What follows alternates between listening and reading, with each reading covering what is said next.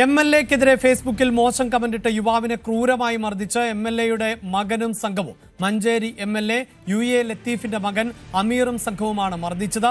മഞ്ചേരി മുള്ളമ്പാറ സ്വദേശി കൂളിയോടൻ ലത്തീഫിനാണ് മർദ്ദനമേറ്റത്. CV അനുമോദുണ്ട് വാർത്തയുടെ വിശദാംശങ്ങളുമായി.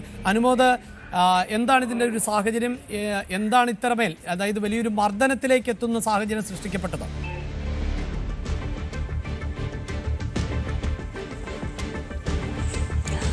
കഴിഞ്ഞ ദിവസമാണ് ഈ കേസിനാസ്പദമായ സംഭവം നടന്നത്. മണ്ഡലത്തിൽ നടപ്പാക്കിയ വികസന പ്രവർത്തനങ്ങളെക്കുറിച്ച് UA ലത്തീഫ് ഒരു പോസ്റ്റ് ഫേസ്ബുക്കിൽ പോസ്റ്റ് ചെയ്തിരുന്നു. റോഡ് വികസനങ്ങളെക്കുറിച്ചുള്ള ഒരു പോസ്റ്റായിരുന്നു അത്. അതിന്റെ താഴെ ഒരു അശ്ലീല വാക്ക് ഉപയോഗിച്ചാണ് ഇയാൾ കമന്റ് ചെയ്തത്. തുടർന്ന് ഇതിനെതിരെയാണ് MLA-യുടെ മകൻ അടക്കമുള്ളവർ ഇയാളുടെ ഷോപ്പിലെത്തി ഇയാളെ അതിക്രൂരമായി മർദ്ദിച്ചത്. ഇയാളൊരു കൂൾബാർ നടത്തുന്ന ആളാണ് ഈ ലത്തീഫ്, കൂളിയോടൻ ലത്തീഫ്. അയാളുടെ ഷോപ്പിലെത്തുകയും തുടർന്ന് ഇയാളെ വടികൊണ്ട് അടിക്കുകയും മറ്റും ചെയ്തു എന്നാണ് പരാതി. തിരിച്ചും ഈ ലത്തീഫിനെതിരെയും ഈ മർദ്ദനത്തിന് മർദ്ദിച്ചവർ നൽകിയ പരാതിയിൽ കേസെടുത്തിട്ടുണ്ട്. MLA-യുടെ മകൻ അമീറും സംഘവുമാണ് ഈ ലത്തീഫിനെതിരെ അക്രമം നടത്തിയത്. ഇതിന്റെ CCTV ദൃശ്യങ്ങളും ഇതിനോടകം പുറത്തു വന്നു കഴിഞ്ഞിരിക്കുന്നു. കടയിൽ എത്തി ആക്രമിക്കുന്നതിന്റെ CCTV ദൃശ്യങ്ങളാണ് പുറത്തു വന്നത്.